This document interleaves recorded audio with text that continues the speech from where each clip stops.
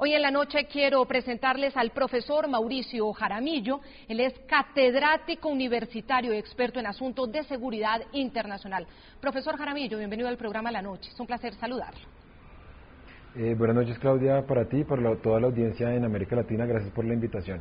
¿Qué significa que la Asamblea General de las Naciones Unidas haya sacado a Libia del Consejo de Derechos Humanos? Eso exactamente en la práctica, más allá de lo simbólico, ¿qué representa?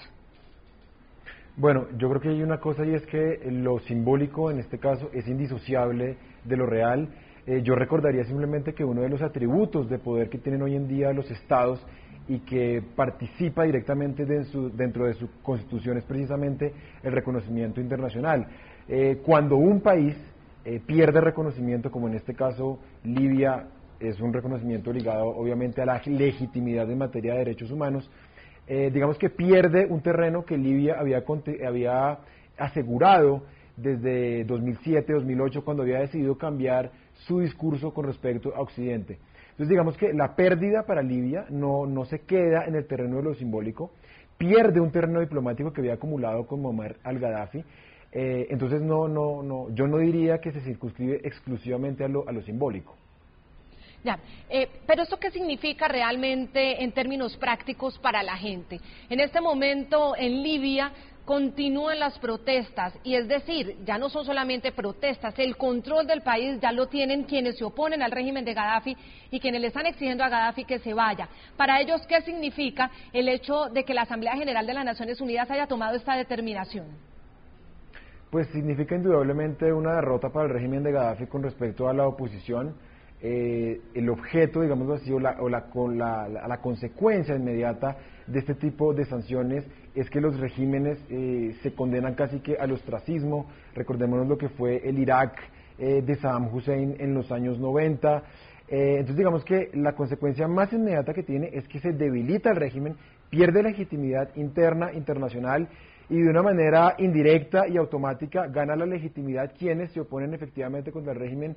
En este caso son todas las tribus que no se sienten identificadas actualmente en el discurso de Gaddafi y que pugnan interna e internacionalmente porque el régimen se ponga de lado. Claro. Las Naciones Unidas y su cabeza, el secretario general Ban Ki-moon, sigue informando sobre los combates y sobre la represión que llega desde Libia. Dice que esto es muy preocupante y que el mundo ha hablado con una sola voz. ¿Pero usted sí cree que el mundo está hablando con una sola voz, o digamos que esto está representando los que los que se oponen precisamente a los Estados Unidos y los países que de alguna manera tienen amistad con Gaddafi, que, bueno, son las voces del imperio y del imperialismo? Mire, usted toca un punto que es clave, y es aquello de la máxima que están hablando en nombre de la comunidad internacional, o que la comunidad internacional ha adoptado una sola voz. Eso no es cierto. Acá indudablemente están los intereses de las grandes potencias. Yo le haría simplemente un recuento de lo que ha sido la historia reciente del derecho de injerencia, que ha estado más que todo impulsado por los intereses de esas grandes potencias. Si la voz de la comunidad internacional fuera hubiese habido una intervención internacional cuando Israel, en la operación Plomo Fundido, bombardeaba las calles de Gaza. En ese momento nadie habló de una intervención internacional. Hubo una reacción, es cierto, pero una reacción de segmentos independientes de algunas sociedades como Marruecos, Turquía, Egipto, que se manifestaron frente a sus países para que rompieran relaciones diplomáticas con Israel. Pero en ese momento no hubo una intervención. Cuando uno piensa cuándo ha habido intervenciones recientemente con un carácter, entre comillas, humanitario, recordemos lo que fue en el 99 de Kosovo. En Kosovo se intervino porque supuestamente había habido una limpieza étnica por parte del gobierno de Slobodan Milosevic en contra de albano-kosovares de religión musulmana. En ese momento hubo intervención porque Estados Unidos lo quiso de esa forma. Pero el mundo está plagado de ejemplos como el de Libia. Yo le pondría dos que están ahí en el vecindario. Uno es el de Sudán, en el que no ha habido intervención.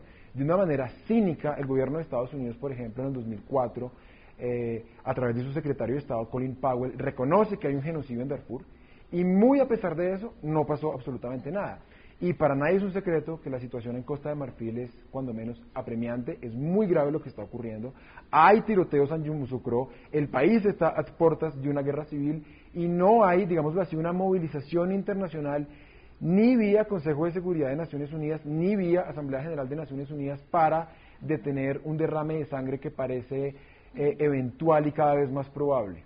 Sí, profesor Mauricio Jaramillo, durante el transcurso de la Asamblea General de las Naciones Unidas, en las que sacan a Libia del Consejo de Derechos Humanos, el país latinoamericano que, digamos, marcó la diferencia fue Venezuela, o el que más se escuchó fue Venezuela, precisamente argumentando eso, diciendo que Estados Unidos juega la doble moral, que mide con doble rasero, que definitivamente hay que permitir la autodeterminación de los pueblos en el caso de Libia. Todos sabemos la relación que tiene el régimen de Chávez con el régimen de Muammar Gaddafi.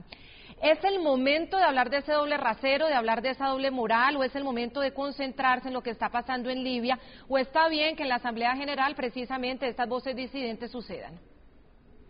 Pues mire, Claudia, yo creo que esta es la oportunidad para que el mundo se ponga de acuerdo para regular el derecho de injerencia por causas humanitarias. Yo creo que detrás de la declaración de Chávez, que tiene un antecedente muy importante, que es una declaración de Fidel Castro en la que enuncia la posibilidad de una intervención ilegítima de la OTAN en Libia, utilizando como excusa la situación humanitaria cuando en realidad lo que se quiere es el petróleo. Ese es el antecedente inmediato para lo que está diciendo Chávez. Lo que subyace en el discurso de Chávez, y lo que me parece a mí que es lo más importante, lo más rescatable, más allá de la posición de Nicaragua, Cuba, Venezuela o de otros países de la comunidad internacional que pugnan por una intervención, es que no hay una regulación del derecho de injerencia.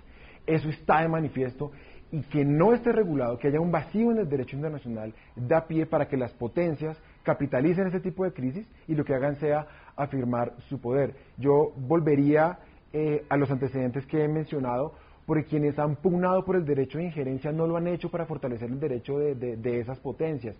Acuérdese, Claudia, lo que fue todo el cabildeo diplomático que hizo el antiguo canciller de Relaciones Exteriores, el canciller francés Bernard Kouchner y Mario Bettati, hablando de la necesidad de regular el derecho de injerencia precisamente para evitar ese tipo de debates que a mi juicio son inútiles. Yo no sé si Chávez o Obama o los miembros del Consejo de Seguridad de Naciones Unidas tengan la razón. Lo importante es que hay un derramamiento de sangre en Libia que muy probablemente se repita con el paso de los años, y lo que define si hay o no una intervención es a la larga el interés de unas grandes potencias o el interés de algunos medios de comunicación. Eso no puede seguir ocurriendo, porque lo que termina pasando es que alguna situación parecida en algún estado o nación en el que no hay intereses de Occidente en juego, pues lo terminamos condenando al ostracismo, como pasa en otros países de Asia, de América Latina o de África, en los que no existe tal movilización internacional.